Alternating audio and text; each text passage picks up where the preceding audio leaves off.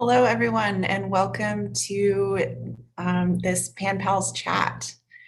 This is Why Are We Dying? Race, Ethnicity, and Health Justice in the COVID-19 Pandemic. And thank you all so much for joining us. My name is Rachel Pearson. I am a hospital pediatrician and an assistant professor of medical humanities at the Center for Medical Humanities and Ethics at UT Health San Antonio.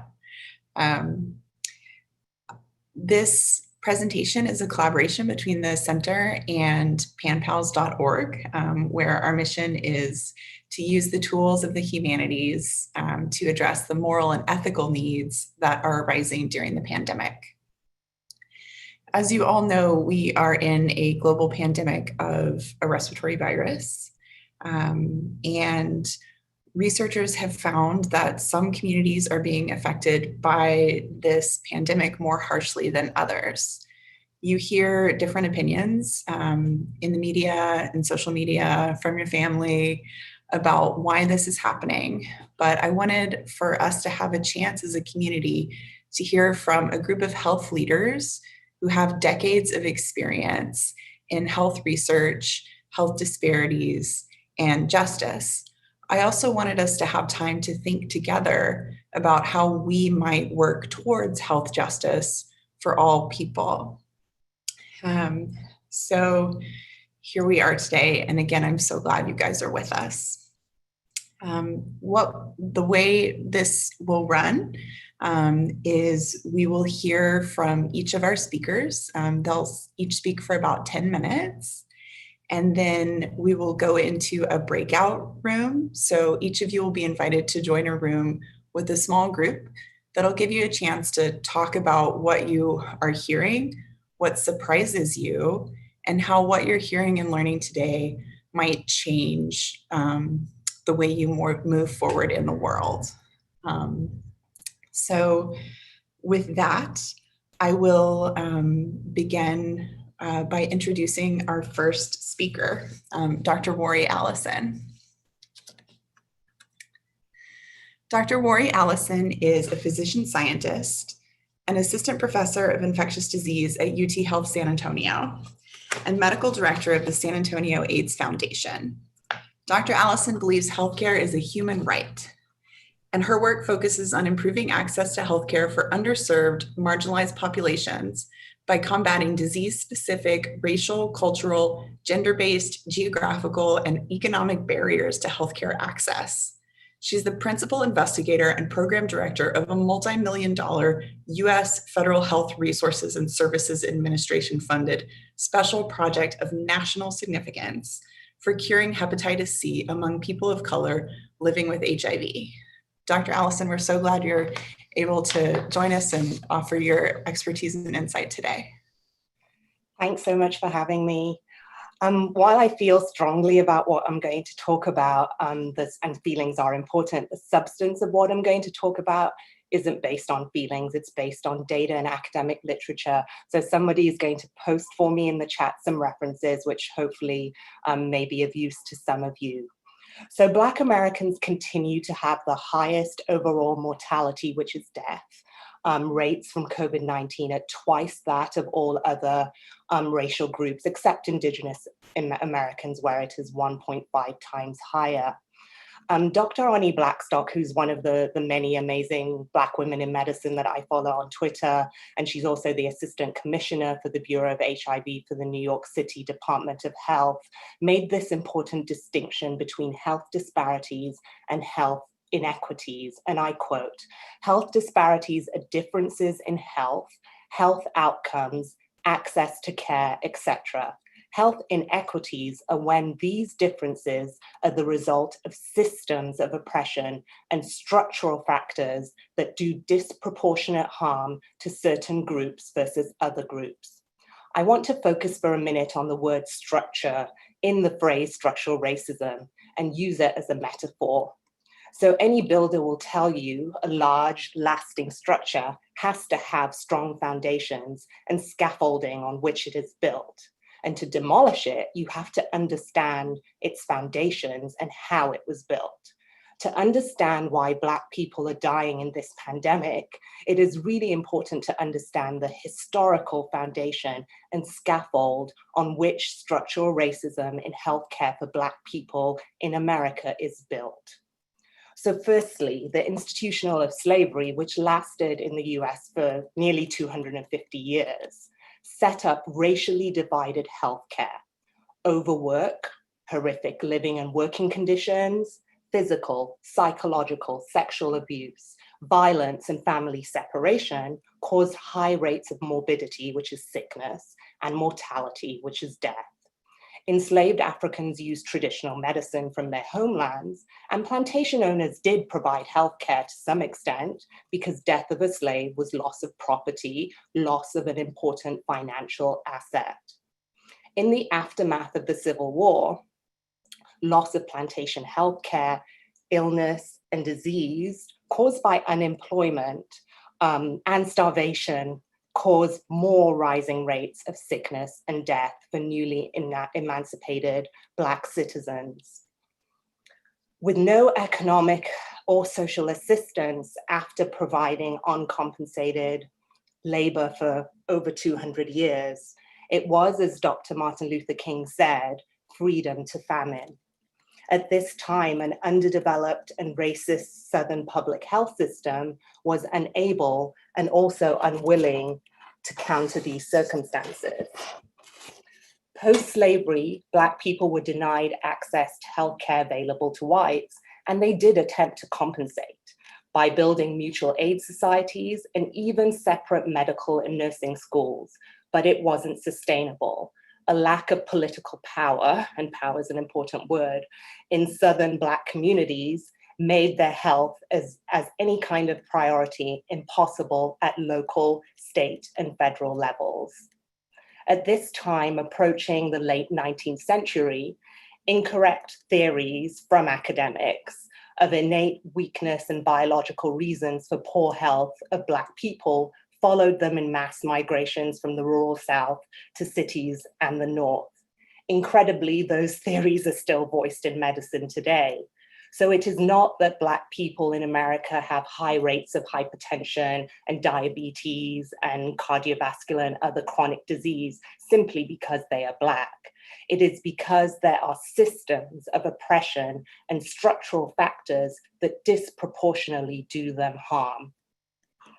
Thirdly, segregation continued to entrench racism and discrimination within every aspect of healthcare provision in America through the first 2/3 of the 20th century.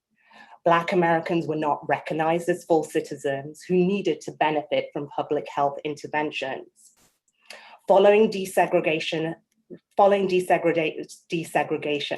a health system of strict segregation became one with deep inequities for Black people at every level. A final foundation of the structure of racism in healthcare in the United States is mass incarceration. There was no such thing as a fair trial for a Black person as a plaintiff or defendant during slavery, following the Civil War, and for a very long time afterwards. Inequities based on racism still exist within the legal system today, and that affects healthcare. Black people are approximately 13% of the US population and are approximately 40% of the incarcerated population. Prison healthcare is notoriously poor, but incarceration also causes separation of families, loss of income, stigma on return to communities, reducing ability to find employment, and this all affects health outcomes in Black communities, not just for the incarcerated, but also for their families and dependents. So it's against this backdrop that infectious disease epidemics and pandemics occur. The bubonic plague or Black Death that occurred in the 14th century, and it was caused by a bacteria called Yersinia, and it wiped out 1/3 of the global population. And the people that it killed were the poorest and the most vulnerable. 7 centuries after the bubonic plague, the toll on the vulnerable is the same with every pandemic. whether the pathogen, the thing that causes the disease, is Yersinia, influenza, HIV, or a novel coronavirus. A respiratory virus has brought some of the wealthiest nations with the most sophisticated health systems in the world to their knees. Evidence of existing inequities in previous infectious disease outbreaks and respiratory virus pandemics is very well documented. Respiratory pathogens are a particular concern and interest for causing pandemics because of their ease of transmission. The inequities are related to, firstly, differential exposure. So crowded, multi-generational homes, inability to work from home, dependence on public transport, all these things make it very difficult for people to participate in the public health measures that prevent disease transmission. Secondly, differential susceptibility. So larger numbers of people with uncontrolled chronic disease within these vulnerable communities, within Black communities, that increase susceptibility and risk of adverse outcomes. If it is a vaccine preventable respiratory disease like influenza, socioeconomic status affects vaccine access and uptake. When a vaccine for COVID-19 does get here, I can guarantee you that it won't be easily accessible to many of the people who need it the most. And finally, differential access to healthcare. So health-seeking behavior is influenced by very well-founded medical mistrust in Black communities. Another important factor is perpetuation of transmission myths. So early in this pandemic, that was the myth that COVID-19 doesn't affect Black people. And we've seen it in the past with other things. So the myth that the only people that got HIV were gay white men. These myths are important and lead to differential access to healthcare. And then, of course, access to healthcare is influenced by income, employment, and particularly in the United States, employment is related to your access to health insurance. And so, lasting solutions must incorporate in historical context and lessons learned from previous pandemics. Structural racism and inequities tightly woven into the fabric of the healthcare system in America leads to devastating consequences during infectious disease pandemics for Black people and other racial minorities. And that is why we died in previous pandemics. We are dying in this one, and we will die in the inevitable next one, unless they are strategic, policy-driven, community-informed attempts to address these deep-rooted racial inequities within our health system. Dr. Allison, thank you so much for that powerful and insightful beginning to our conversation. Dr. Allison will be on the line as we continue with our speakers. And if you guys have questions that are coming up, please feel free to type them into the chat and we will have a chance to take questions towards the end of the hour. Our next speaker is Dr. Dina Wheeler. Dr. Wheeler is a social scientist with training in research methodology and program evaluation. Her work at the Oklahoma State University Center for Health Sciences includes providing methodological and statistical support for a wide variety of research and evaluation projects, including directing program evaluation oversight for various federally funded programs. She's a member of the Cherokee Nation and actively collaborates with Oklahoma's tribal organizations. Dr. Wheeler is an active member of the Native Research Network, a national organization for Native health researchers. And Dr. Wheeler, thank you so much for joining us today. Thanks, Rachel, and thanks so much again for the invitation to join this conversation. It's really important. So as I contemplated this topic and what I might contribute, I decided to describe what's happening in the nation's two largest tribes, the Navajo Nation and the Cherokee Nation, and how structural differences in healthcare delivery combined with social determinants of health are creating very different outcomes for tribal citizens. So some form of what you see in these large tribes are played out in the hundreds of smaller tribes across the country, yet it's largely invisible.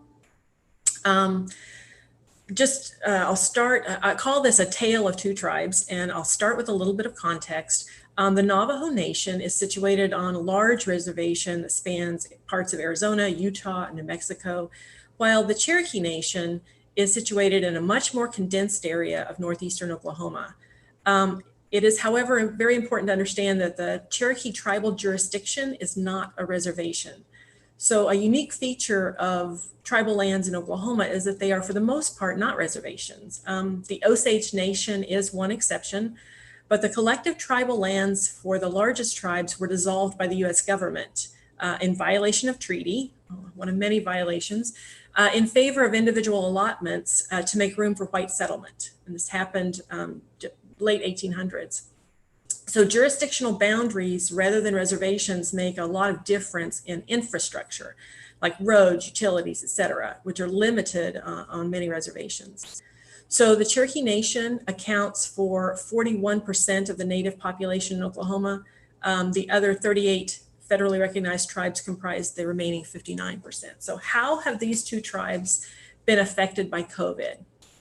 So I'm going to throw out some numbers, but not all these data sources I accessed have the same exact date range, so it's not exactly apples to apples, but close enough for you to see the trends. So the CDC reports that 738 Native Americans have died from COVID. That's as of June 20th. Nearly half of those were from a single tribe, the Navajo Nation. You may have heard that Doctors Without Borders sent a team to the Navajo Nation in response to COVID. So that's an indicator of the seriousness of the crisis in that tribe. Interestingly, the Navajo Nation deaths were not as concentrated in the elderly. So for the nation as a whole, about 80% of deaths are in the 65 plus group. For the Navajo Nation, only about 55% were in that 65 plus group. So it's disproportionately affecting younger persons with more severe illness. In contrast, Oklahoma Native Americans have had 824 cases and 26 deaths. But in the Cherokee Nation, remember the Cherokee Nation is 41% of the population, native population in Oklahoma. They only represent 22% of the cases and only 12% of the deaths. All of those deaths in the 65 plus group. So what's the difference? What's going on in the Navajo Nation that's different from the Cherokee Nation? So both tribes actually face the same health challenges. Compared to other racial ethnic groups, in Oklahoma, Native populations have the highest premature death rate, the highest self-reported poor and fair health status, the highest number of poor physical health days, the highest number of poor mental health days, the highest rates of obesity and diabetes. The eastern part of Oklahoma, where the largest tribes are concentrated, we have the worst health factors and outcomes, according to the Robert Wood Johnson Foundation County Health Rankings. So I want to talk about some of the structural differences in healthcare delivery that's contributed to these very different outcomes for these two large tribes. So when people think about Native healthcare, I think they assume that tribal citizens receive healthcare at an Indian Health Service facility. Oklahoma certainly has its share of IHS facilities. However, many tribes now leverage business income to operate their own health systems. Cherokee Nation, for example, operates the largest tribal health care system in the US. They manage more than 1 million patient visits per year. Last fall, Cherokee Nation opened a state-of-the-art multi-specialty outpatient clinic that looks more like an interactive art museum than a medical facility.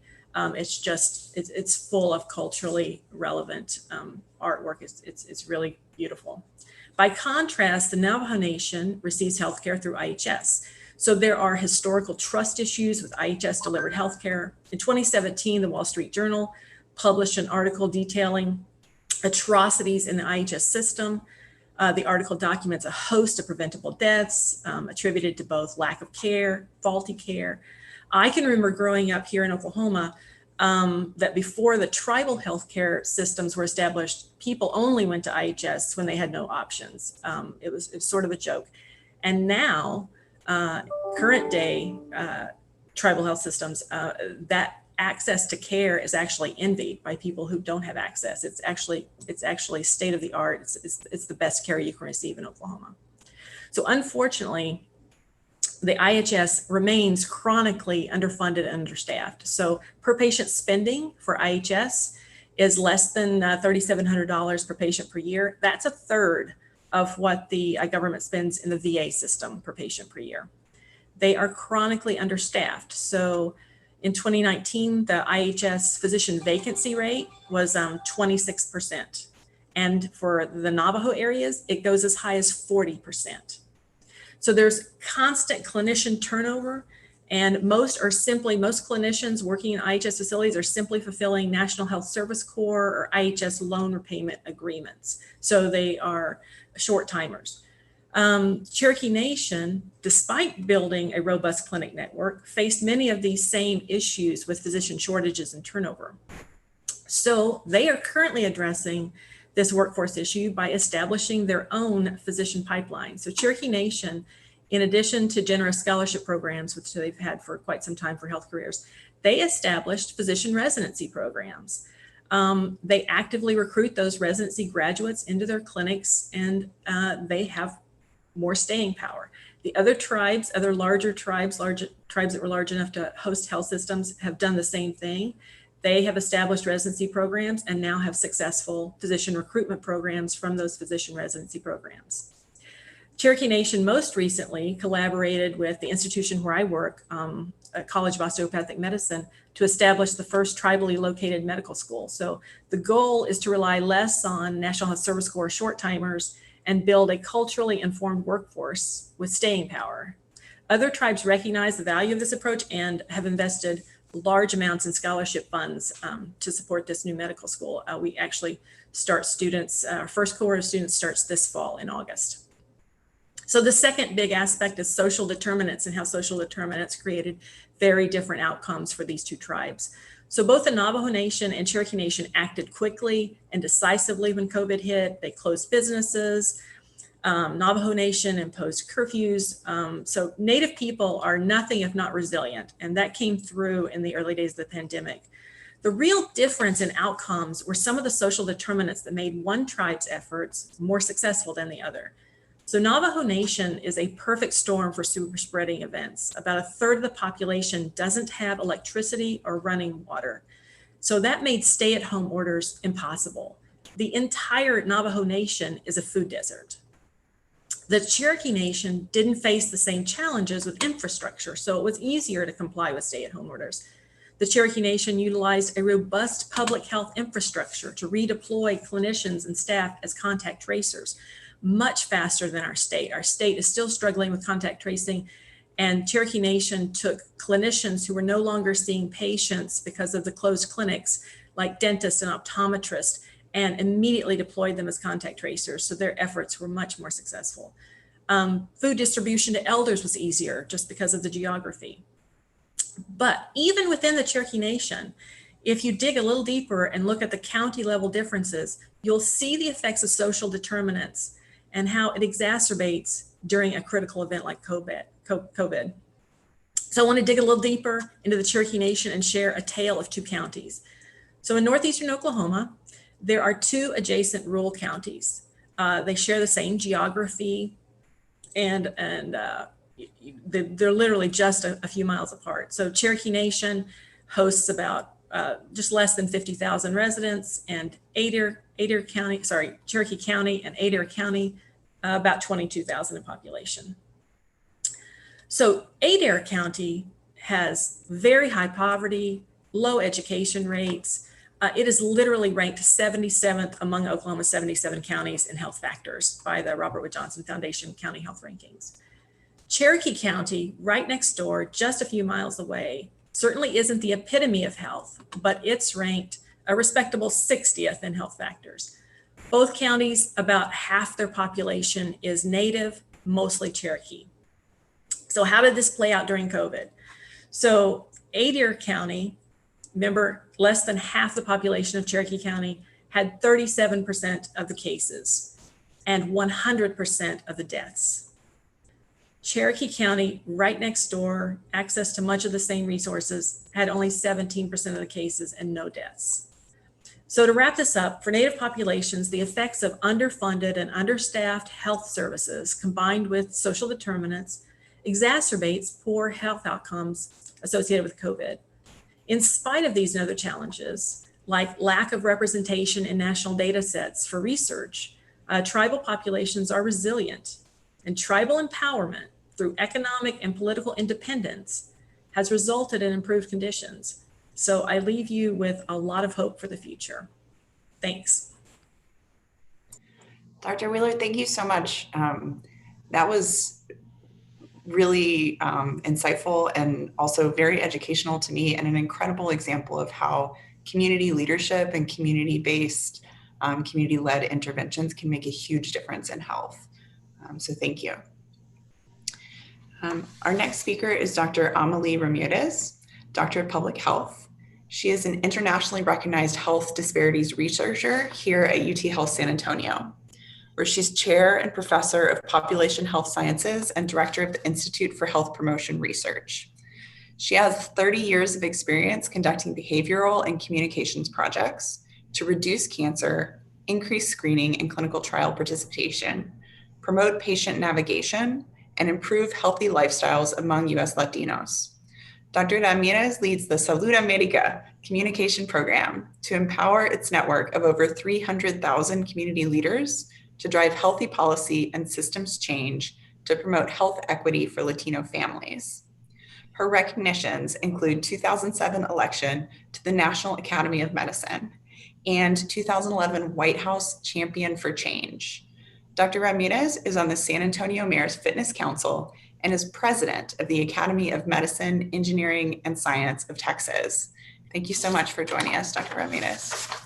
Thank you so much, Rachel, for the introduction, and what a pleasure to be on the panel with these distinguished women who have been presenting on the issues facing us with regards to COVID-19. And if I could go ahead and get my slides up, that would be great.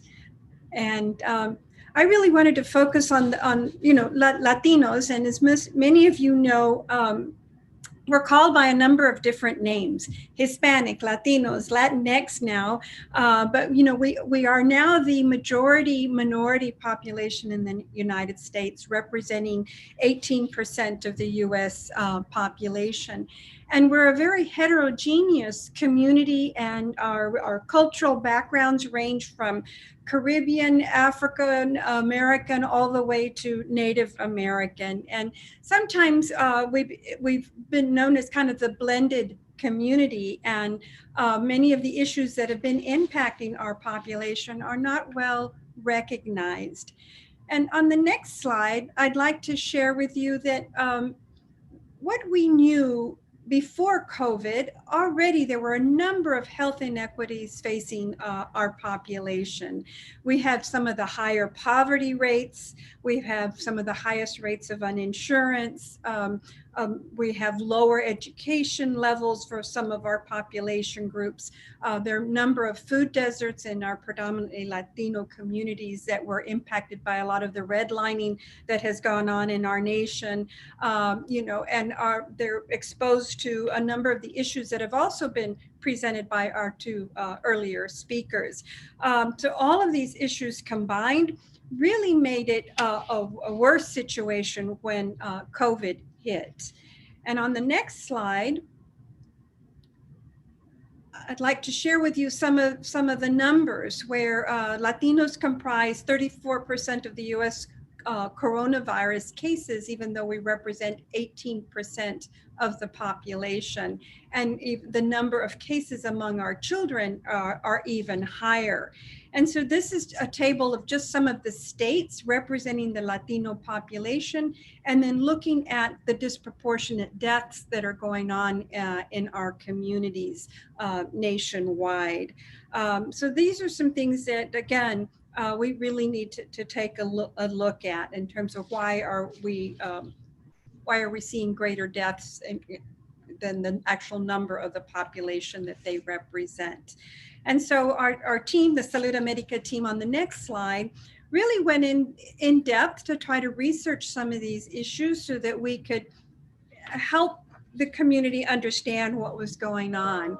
And what you'll see here, what we found were some of the disparity issues that I mentioned earlier, that in terms of access to healthcare, we found that individuals who had health insurance were more likely to be tested for COVID-19 than those who did not have access to health insurance. And then in terms of who are those that could stay home at work, we found that only a small fraction of Latinos could actually stay home and work from home because they were in high contact jobs that were needed to be on the workforce. And they also had little or no paid leave to allow them to that ability to work from home. And on the next slide, that in addition to being representing a large group of our essential workers, our families live in multi-generational households. So therefore, they're more likely to be exposed through their jobs to the virus. And then it's much more difficult for them to be able to do the social distancing once they returned home.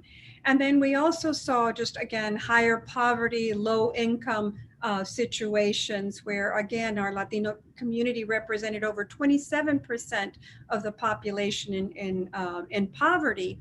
And the virus would just increase those inequities for our communities. For example, they were less likely to be able to get social support or be in housing situations that they were being evicted from, having access to more nutritional type foods, and having to rely on public transportation. And again, the unemployment rates that we see are much higher in our Latino community as well. And then we have information that's available to you. If you just go to salud.to/COVID graphics, you can get this additional information. On the next slide, when we looked at not only the disparities, but when you look at other health conditions, we saw that our community had a number of health conditions that also predispose them to higher risk for COVID-19. For example, if our patients had cancer, they were at a higher risk of dying. If they were smokers, they were also were more likely to have a severe case of COVID-19. And about a quarter of our populations of Mexican Americans are non-smokers, but they're exposed to secondhand smoke. And what we're learning about the smoking situation is that the COVID particles can hang on to the smoke and kind of travel with that smoke and linger in enclosed facilities longer. And then on the next slide, we also, our communities are impacted by obesity and diabetes. We have a higher proportion of our Latino adults and children who are overweight or obese, and then also a larger proportion of our individuals who suffer from diabetes. And many times our patients have a number of these conditions. They can be obese and diabetic and have cancer. So again, and then if they're exposed to the virus, are going to have a much more complicated situation in dealing with their illness. And on the next slide, what our team has really tried to do with many of you is to try to move forward and address these kind of root causes of some of our health disparities in order to promote better health equity. And we kind of identified them in four major areas. One of them was related to poverty. And so we're really calling on our communities to be more supportive of SNAP benefits. How can we increase SNAP benefits to our underserved communities?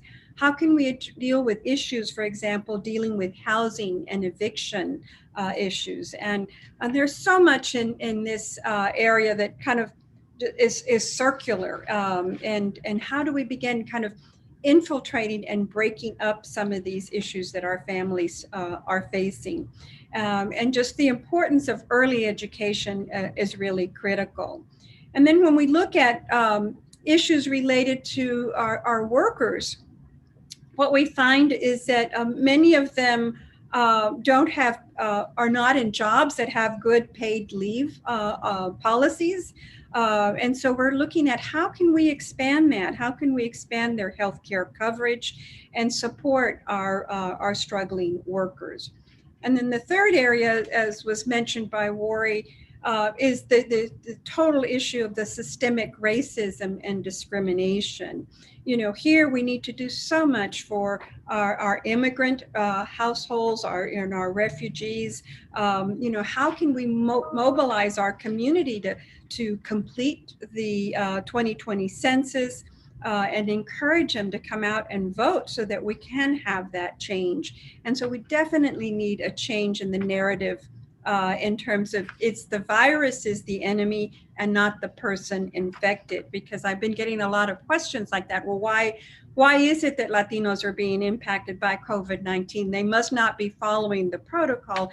And it's not necessarily that, as I just shared with you, it's all of these different areas. If there are the frontline workers for many of our areas in terms of not only the food industry, but the cleaning industry and all of these, they're more likely to be exposed. They have to use public transportation to get back. There's another exposure. And so it just continues to multiply in terms of their exposure and likelihood to get COVID.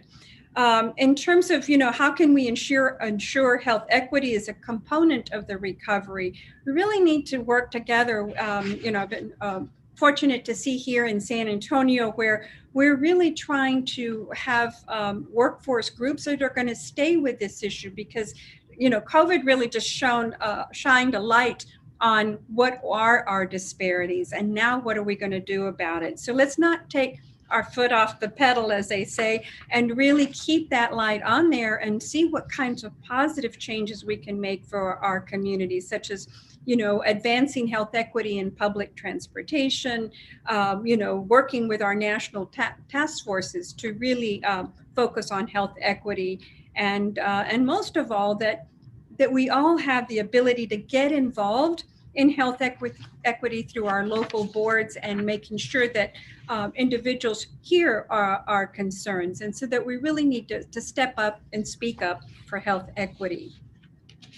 On the next slide, I'd like to share with you a tool that might be of interest to some of you. Our the Salud America team has come up with a health equity report card, and you can insert the state or city that you live in, the county, and this is, you can get information about your area with regards to data on poverty, housing, healthcare, transit, access to food, and schools availability. And it's really a neat tool because it produces a report that you can share with your city council and say, this is some of the things that we need to work on and to begin changing in our area. And so just go to salud.to/equity report and enter the county name, and it'll generate this full report for you. So again, feel free to utilize it, share it with your community leaders, or share it on social media if you'd like to make a case for your area to encourage change. And on the next slide, we really feel it's time to kind of wake up and this whole panel has been dealing with this issue, to the social justice protest. And so again, I feel that we don't know why certain things happen, but maybe this could be some of the positive things coming out of COVID to raise issues that we haven't had a platform to address, but now we can. And we really feel it's important to declare racism as a public health crisis and to help commit to action. So again, our team has come up with an action pack encouraging kind of 3 steps. Is 1, become knowledgeable of what are the issues that are facing your communities. Be sure to use your voice and email your city leaders to encourage them for change in your community. And 3, and get that community support that is needed for action. And we can all be part of this positive health change, but we just need to be more responsive to our communities and truly help improve their health. And again, keep getting out the importance of our public health message. We know that a lot of folks are now dealing with the quarantine fatigue, but how can we continuously reinforce those messages that there are things that they can do to protect themselves from the virus? So thank you very much, Rachel, for this opportunity to share this information with you. And the last slide is just some contact information to get a hold of us. We'd be more than glad to help in any way we can. Thank you. Thank you so much, Dr. Ramirez. That was a really thoughtful, wonderful presentation. And I think your question, how can we make health equity part of recovery, is a beautiful question and one that we should keep at the front of our minds. Thank you. Yeah. So the next step for our large group is we're going to break out into small groups. You'll see an invitation pop up on your screen, and you'll be invited to join a group of about 5 people. And we wanted to introduce 2 questions to these small groups. This is just to give you guys a chance to talk about what you're learning, talk about what you're seeing and experiencing. So the 2 questions that we have are, what have you heard in these presentations that is surprising or new to you? And how can we best move towards health justice? What have you seen that works? What do you feel might work for your community? And how can we contribute?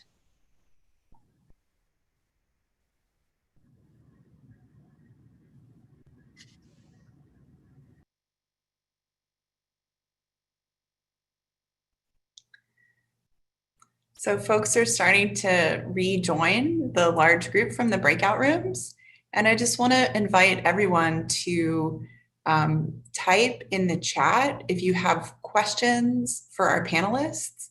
If things came up in your small group conversations that you thought were interesting or awesome or troubling, please go ahead and type in the chat, and I will direct questions and comments to our panelists.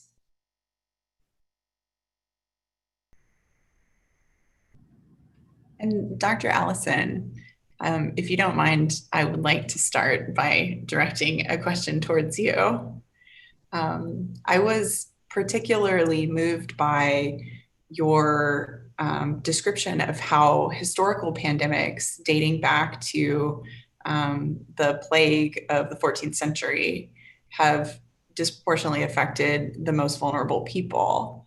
And your call for foundational systemic change really resonates with me if we want to prevent the next pandemic from doing the same thing that COVID-19 is doing. If you had one sort of global action or fundamental change that you felt community members could direct their efforts towards, how would you direct us? So I think the tools that Dr. Ramirez provided are really important, because a lot of times people don't know exactly what action to take, right? You know, there are a lot of statements happening now, right, around anti-racism, and they're not necessarily backed with tangible action. And so, you know, I think the most important thing that I would say to people is inform yourselves, because inform yourself from different sources, because it's not always that one news channel that you always listen to, or it's not always that one newspaper that you always read that will provide you with accurate information. There's a whole host of places where information can be gathered. And so I don't think you can be moved to deliberate action unless you have the information with which to inform your action. And so that would be what I would say to people. First of all, inform yourselves about these vulnerable populations, different vulnerable populations. We're not all lumped together into one, minorities isn't one group, right? And so just inform yourself about these issues. And then once you have the information, I think that is a springboard into action. Thank you so much. Dr. Ramirez, I know that you have a particular expertise in community engagement and public communication. And I know that your group uses social media quite a bit. How do you feel like concerned citizens who may or may not be ourselves health experts should use media to address these issues? Thank you, Rachel. Well, something that I wanted to piggyback on what Wari had mentioned as well, in terms of communications, we have to be very sure of our facts. So as Wari mentioned, know your information. That's one of the first steps, because we have a lot of naysayers out there. We have a lot of misconceptions. We have a lot of conspiracy theories. I mean, within our cultural populations, I don't, some of those I just kind of shake my head and I say, where did that one come from? But they're out there, and somehow it's kind of like the folks that are promoting don't get vaccinated, right? There's a big lobbying group, and we as those with the public health knowledge need to be truly informed of how to push back in a good way that information and be prepared to kind of reduce it. And so, particularly with the rise that we're seeing among our 20 to 40-year-old, social media is really important for them. So we're really trying to portray positive messaging that's coming from themselves. What are their peers saying? Why are some peers being protective and others are not being so protective? So those are some of the things that we feel are truly important. And so, Rachel, it looks like you just got something, so I'll throw it back to you. No, I just got a message actually that the chat function isn't working for people. And so, here, it looks like it's starting to pop up now. Oh, good, it's working. Okay, thank you so much. I apologize. And so I'm seeing some thanks from the audience to all the speakers, which certainly I share. And a comment, it was interesting to have common ground to talk about with someone from another country. The question from Melanie Stone is, how much of the disparities do you think are due to low health literacy? Dr. Ramirez, would you like to start with that one?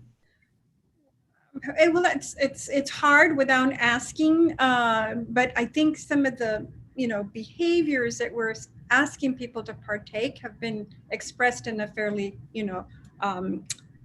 way that most individuals can understand. But this conspiracy, this kind of totally not buying into it because they can't see it and feel the virus, and something we were just talking about earlier is how do we truly convey that? We can show the biological, under the microscope of what it looks like, but how should it? And somebody was saying, if you walk through a field, and here in South Texas, you can get burrs and stickers, that attach to your clothing. And we were thinking, well, maybe that would be a unique way to talk about the virus. You're just walking through and somehow it's sticking to you, right? It's got this stickiness to it. And so what is it? And so I just think we need to really come up with better ways for communicating with our community to help inform them of the actions that they can take to protect themselves. And, and I think what crosses all three of our groups that we've discussed this morning is that, when you have poverty and when you have all these other issues, lack of insurance combined and lower education levels, all of that is going to make it more difficult for you to get the care that you need. So I don't have an exact answer in terms of literacy, but I think all of those things combined really contribute to the problem. Thank you so much. Dr. Wheeler, I would like to address this next question to you from Anthony Blasi. I'm impressed by the distrust of government undermining efforts at public health. What can we do to create a cultural change in this respect? That is a great question. And there's just been so much damage done over the years with between the native tribes and the federal government. I mean, it's just betrayal after betrayal after betrayal. There are some great books I highly recommend. And in fact, there's a movie currently being filmed in the Osage Nation, Killers of the Flower Moon, which is, so I encourage you to wait for that movie to come out and to see. But so I think what's happened in Oklahoma anyway, that is really, instead of working on that trust relationship with the government, it's just the empowerment of the tribes themselves. So it's the federal government working with the tribes, understanding, acknowledging this past, but allowing the economic and political independence of the tribes so that they can really fix their own problems. This huge outpatient clinic that was built, of course, was IHS funding helped with that effort, but IHS released the funds to the tribe. IHS didn't control the project. So I think this, this long history of distrust, which I think drives a literacy problem too. I think that part of the conspiracy theories are just this trust issue. Why would you trust this organization? Why would you trust any messaging from this organization that has done nothing but oppress you? So, we've got a lot of work to do. Indeed. And Dr. Wheeler, there's a request from Guadalupe Cornejo about where folks can learn more about your work and further learn more about the Navajo and Cherokee responses to COVID-19. So if you would like to post in the chat or address that. Yeah, I can actually compile a list of resources. Do you have the capability to send out to the group afterwards? We're going to email everyone, and so we'll include that in our follow-up email. Perfect. I'm happy to provide that. And we have time for just about one more question. So from Yolanda Kraus. So many of these inequities are baked into our medical system. Dr. Allison, I would invite you to address this question. What kinds of changes do you think need to be made in medical education to create informed medical trainers who can help combating systemic structural inequities starting at the beginning of their careers? So I think one of the big things and important things is facilitating the pathway for people of color and people from minority communities to enter the health system in whatever capacity, whether it is as a nurse, whether it is as a physician, whether it is as a dietitian. I think different groups are underrepresented in the health system. And it does make a difference, right? It makes a difference, to patients. I work with people living with HIV, and I can't tell you, it almost moves me to tears when you see somebody who's had HIV for 30 years and the expression on their face when they see a Black doctor, they can't believe it. They're like, "Are you my doctor?" They're like just astounded. And so I think that is one really important thing. And there are a lot of barriers to that, which I don't have time to go into, but that's what one of many things that I think is important. Thank you so much. So we're coming up on the end of our time together today. For everyone who has joined us, we will be following this talk with an email with some resources from our panelists. You are also invited to continue the conversation at www.panpals.org. That's pan like pandemic, pals.org. And we want to hear your ideas, your thoughts, your responses. I'm grateful to all of our panelists, Dr. Ramirez, Dr. Wheeler, Dr. Allison, as well as our audience for joining us today. Thank you.